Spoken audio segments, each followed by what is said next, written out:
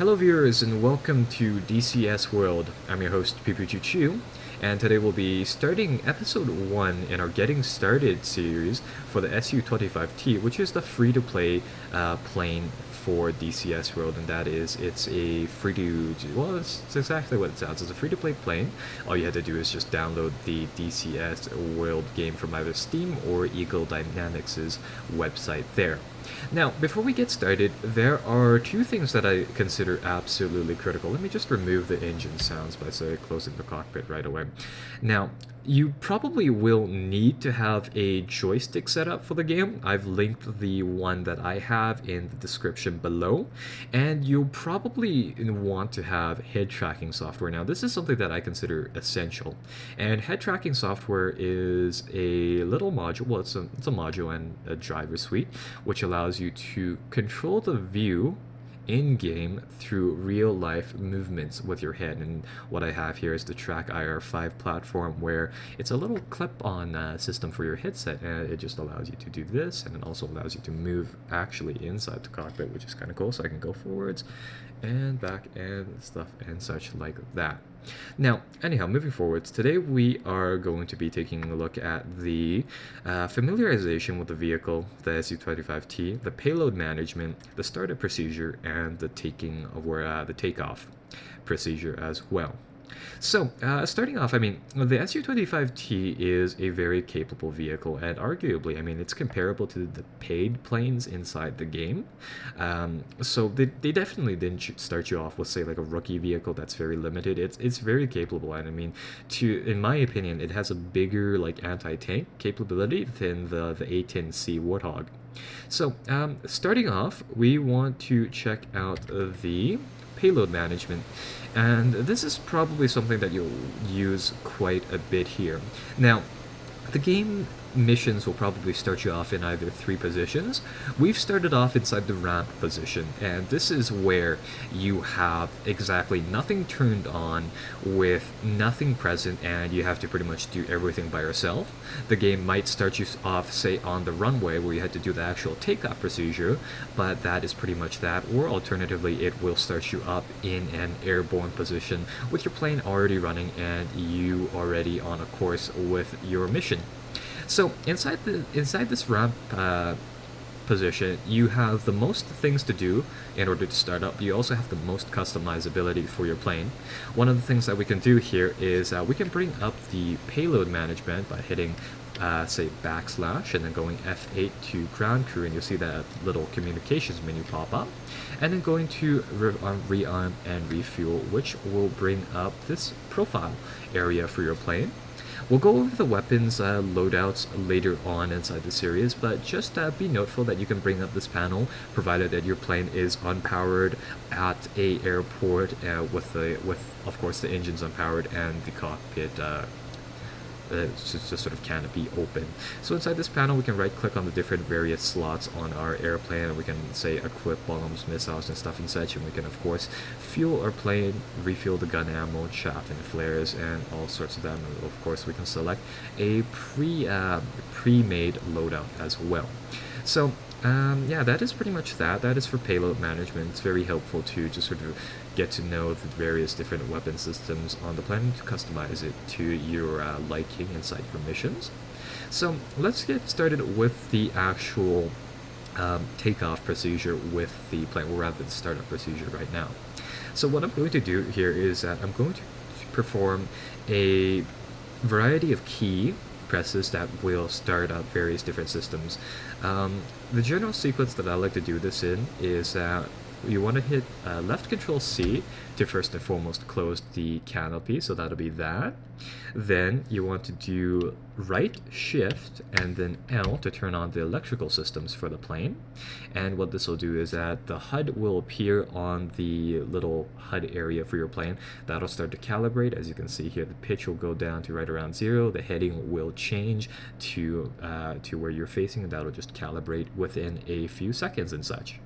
Now, compared to, say, some of the premium planes which have fully interactive cockpits and stuff and such like that, the Su-25T has a very brief startup time. The 18C has a startup time of right around 4 minutes.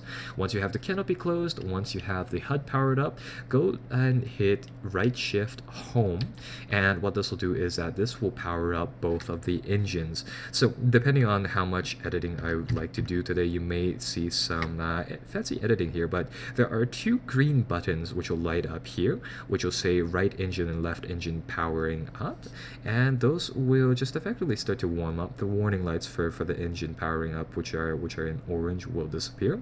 Now, unfortunately, the HUD is completely in Russian, so eventually you do generally know what these buttons will do, but for the first little bit, just be wary of where the lights are. So yeah, after a little bit, the engines will heat up, the green buttons will disappear, and my throttle is currently slightly in the forward position, which is why we are moving.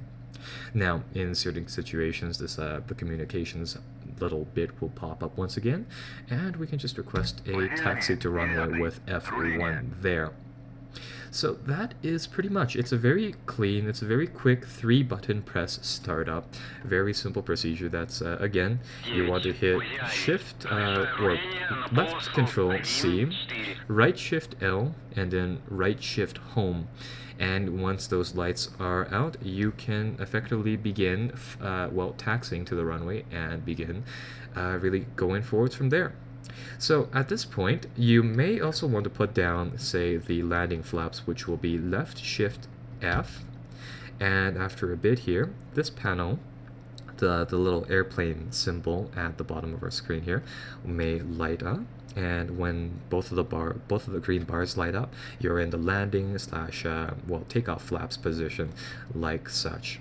And that'll help you, of course, gain a little bit of lift during your takeoff, making it fairly handy. So now, going forwards from here, what you'll want to do is you'll want to taxi to the runway, of course. Now, of course, when you're starting off in this game, you probably won't be familiar with any of the airports, and the ATC will probably give you some runway information, such as head to runway 30, but that might be a little problematic if you don't know the layout of the place. So what you can do here is you can press F2 on your keyboard, which will bring the plane or bring the game into the third-person cam, and this is our plane right here.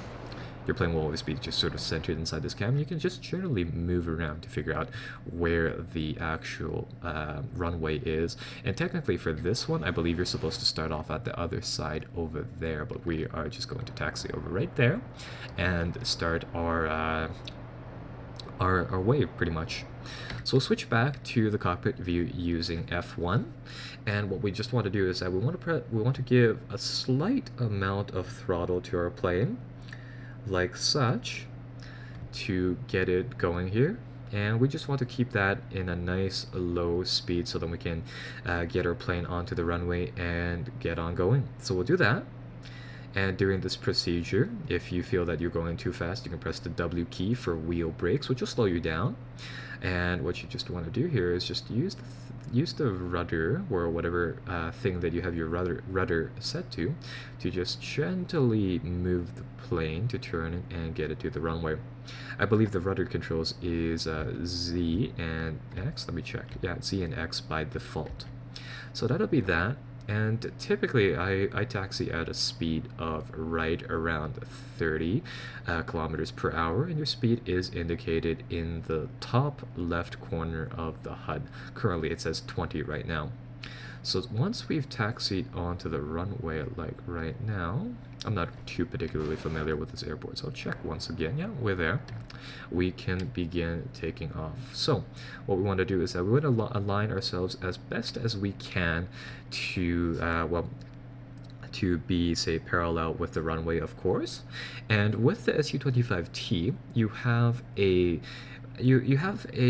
runway speed, or a takeoff speed, of roughly, I would say, 300 kilometers per hour. Now, the game will state that it's slightly lower, but that is of course dependent on the weapons payload of your craft, and I find 300 to 320 a very safe takeoff speed, which is pretty much good for everything there. So we'll start our run, and we will just proceed as forward. And with the Su-25T, I find that it has a knack to just sort of tilt itself to the left as you sort of go down this runway. So be mindful of that and try to compensate for it as best as we can. So we'll get the plane up until that 300 mark, as you see here. Sometimes I like to do 350 just to be extra safe, and then afterwards you gain a slight amount of, you pull back on the stick slightly, and of course there you are in the air and you're moving. So once that is sort of done, you want to obviously climb a little bit, and we'll get into the HUD a little bit more in depth later on. But you see where that 300 and some number is climbing at the right top portion of the HUD, the one that says that has an R but beside it, that is our altitude in meters. And of course we just want to climb to a nice decent amount. We'll level off here at 1000, and during this process we can press G on the keyboard, which will flip that switch right there. I'll show you guys that again, and that will effectively raise the landing gear. As we've seen before, inside that panel along with the flaps, it has the 3 dots for landing gear. Those things will retract, or rather power down. The middle blurb inside the aircraft will start to flash, and that means the gear is currently retracting. And once that finishes, you are pretty much in the air. And that'll take a little bit of time, but once that's done, that is sort of that. And of course afterwards what we can do here is we can retract the landing flaps. There we go, now it's off. So we can put it into either maneuver flaps position, which would be only 1 bar of lights, or alternatively we could put it into the raised position, which would be no bar of lights there. And there we are, we're in the air, we're flying at a decent speed, mostly level to an extent, and well, that is pretty much that. So of course afterwards you'll want to navigate yourselves to your mission area, and we'll check that out next video. See you guys then. Be sure to like and subscribe as always for video updates.